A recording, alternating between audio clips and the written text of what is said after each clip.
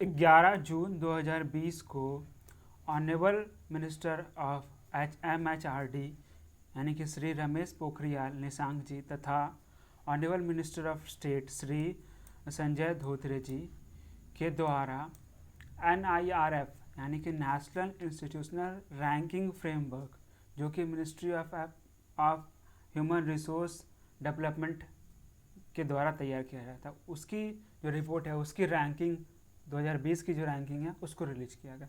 तो आज हम लोग इस वीडियो में इसी पे चर्चा करेंगे, इसी को जानें कि NIRF क्या होता है, ये NIRF कैसे तैयार किया जाता है, इसके क्या पैरामीटर्स है, किस किस फील्ड में ये रैंकिंग होता है, कौन कौन सा कैटेगरी में, और बहुत सारे इंस्टीट्यूट जो जिनका रैंक मिला है इस साल के एडिशन में, तो उनके रैंक को भी जानेंगे, क्या ज़रूरत है इस रैंकिंग को बनाने का। तो ये इन सब प्रश्नों के साथ हम लोग आगे बढ़ते हैं। तो चलिए सबसे पहले हम लोग जानते हैं कि ये NIRF क्या है, यानी कि नेशनल इंस्टीट्यूशनल रैंकिंग फ्रेमवर्क क्या है। तो ये एक फ्रेमवर्क है, एक अरेंजमेंट है, जिसमें क्या करते हैं ना कि अपने इंडिया के जितने भी हायर एजुकेशन इंस्टीट्यूशन हैं उनको हम रैंक देते हैं। डिफरेंट कैटेगरी और डिफरेंट डोमेन के जो हायर एजुकेशन इंस्टीट्यूशन हैं उनको हम रैंक करते हैं, ठीक है। और उनके लिए कुछ जो डिफाइंड पैरामीटर है, उस पैरामीटर पे अगर वो इंस्टीट्यूशन जो है वो एजुकेशनल यूनिवर्सिटी कह सके, कॉलेज कह सके, जो अगर उस पर खड़ा उतरते हैं उसी के अकॉर्डिंग जो है उनको मार्क दिया जाता है, और वही मार्किंग के अकॉर्डिंग जो है उनका जो एक तरह से रैंक बनता है। तो कौन कौन से कैटेगरी, कौन कौन से डोमेन में ये एक तरह से रैंक तैयार होता है। तो पहला ओवरऑल रैंकिंग, पूरे इंडिया लेवल में जितने भी यूनिवर्सिटी है सबको एक ओवरऑल रैंकिंग दिया जाता है कि फर्स्ट में कौन, सेकंड में कौन। उसके बाद यूनिवर्सिटी वाइज भी रैंकिंग बनता है। इंजीनियरिंग जो सब्जेक्ट है कैटेगरी, उनमें भी रैंकिंग इंजीनियरिंग कॉलेज को मिलता है, मैनेजमेंट की कैटेगरी में मिलता है, फार्मेसी की कैटेगरी में, कॉलेज की कैटेगरी में, मेडिकल की कैटेगरी में, लॉ की कैटेगरी में, आर्किटेक्ट की कैटेगरी में और डेंटल की कैटेगरी में। ये NIRF की जो फ्रेमवर्क है, रैंकिंग कब स्टार्ट हुआ, तो NIRF की रैंकिंग 2015 से शुरू हुई। 2015 में पहली बार जो है MHRD के द्वारा ये रैंक स्टार्ट किया गया था। तो चलिए आगे जानते हैं क्या पैरामीटर्स है ये इंस्टीट्यूशन को रैंक करने का। तो बेसिकली जो है 5 पैरामीटर पे सारे इंस्टीट्यूशन को रैंक किया था, 5 पैरामीटर चेक करते हैं। तो मेन क्या है, पहला है teaching, learning and resources, second है research and professional practices, third है ग्रेजुएशन आउटकम, फोर्थ है आउटरीच एंड इंक्लूसिविटी, और फिफ्थ जो है परसेप्शन, पीयर परसेप्शन। ये 5 कैटेगरी में इंस्टीट्यूशन को रैंक किया जाता है। अगर हम लोग teaching and learning and resource category की बात करें तो उसमें जो NIRF के पैरामीटर है वो देखते हैं कि उस यूनिवर्सिटी में स्टूडेंट की स्ट्रेंथ कितने हैं, कितने डॉक्टरल स्टूडेंट इस इंस्टीट्यूशन में पढ़ते हैं, और फैकल्टी और स्टूडेंट का क्या रेशियो है उस इंस्टीट्यूशन में। साथ साथ फैकल्टी कितने हैं PhD वाले, कितने एक्सपीरियंस वाले फैकल्टी है, और उनको जो फाइनेंशियल रिसोर्स मिल रहा है उसका कैसे यूटिलाइज करते हैं। इन सब चीज़ों को इस टीचिंग लर्निंग एंड रिसोर्सेज में देखा जाता है। अगर हम लोग रिसर्च एंड प्रोफेशनल प्रैक्टिसेस की बात करें तो इसमें देखा जाता है कि कितना रिसर्च पब्लिश हो रहा है उस यूनिवर्सिटी, उस इंस्टीट्यूशन के द्वारा, क्या क्वालिटी का पब्लिकेशन बन रहा है, और साथ साथ ये भी देखा जाता है कि जो इंटेलेक्चुअल प्रॉपर्टी राइट है और पेटेंट है उस इंस्टीट्यूशन के द्वारा कितना पब्लिश करा गया, कितना को ग्रांट मिल गया उस उनका IPR और पेटेंट। साथ साथ जो प्रोफेशनलिज्म है उनको भी देखा जाता है इसमें। तो ये था रिसर्च एंड प्रोफेशनल प्रैक्टिसेस।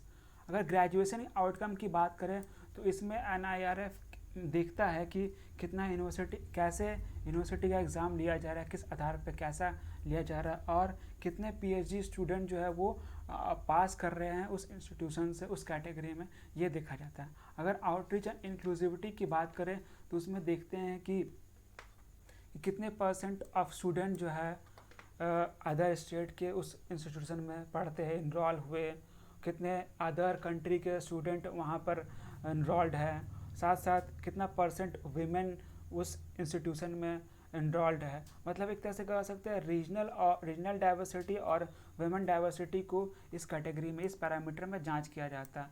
इसमें economically and socially backward student हैं उनको भी देखा जाता है। और साथ साथ फिजिकली चैलेंज स्टूडेंट हैं उनके लिए क्या फैसिलिटी जो है इंस्टीट्यूशन प्रोवाइड करा, इन सब चीज़ों पर मार्क किया जाता है उस इंस्टीट्यूशन को।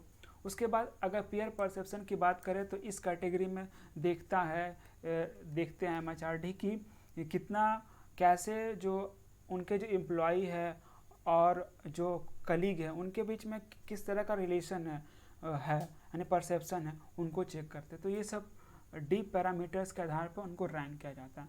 अब ये देखिए 2020 का NIRF का एक रैंकिंग का लिस्ट है, आप लोग को स्क्रीन पर दिख रहा होगा। अगर ओवरऑल रैंकिंग की बात करें तो IIT मद्रास फर्स्ट नंबर पे, सेकंड नंबर पे है IISc बेंगलोर, थर्ड नंबर पे IIT दिल्ली। ये आपको इम्पॉर्टेंट रूप से याद रखना है, IIT Madras first, IISc Bangalore, IIT Delhi. उसके बाद डिफरेंट कैटेगरी, यूनिवर्सिटी कैटेगरी में IISc बेंगलोर को फर्स्ट रैंक मिला, इंजीनियरिंग की कैटेगरी में IIT मद्रास को फर्स्ट रैंक, उसके बाद मैनेजमेंट कैटेगरी में IIM अहमदाबाद को, और अगर फार्मेसी डिसिप्लिन की बात करें तो जामिया हमदर्द यूनिवर्सिटी को पहला रैंक मिला। कॉलेज की कैटेगरी में बात करें तो मिरांडा हाउस DU जो है उसको फर्स्ट रैंक मिला। मेडिकल डिसिप्लिन में एम्स न्यू दिल्ली को, लॉ डिसिप्लिन में national law school of Bengaluru NALSA and national law school of university Bengaluru को फर्स्ट रैंक मिला।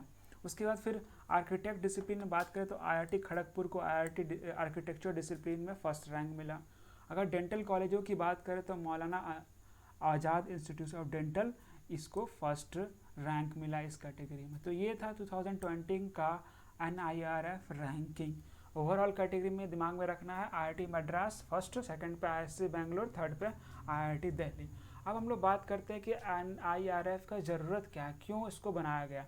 तो ये NIRF को बनाया गया है, इस फ्रेमवर्क को तैयार किया गया है ताकि वेरियस इंस्टीट्यूशन जो है अपने इंडिया के, उनके अंदर एक कंपटीशन, उनके अंदर एक कंपटीशन की भावना को बनाए, और उससे क्या होगा कि वो जो यूनिवर्सिटी है, वो इंस्टीट्यूशन है, वो ग्रोथ कर सके।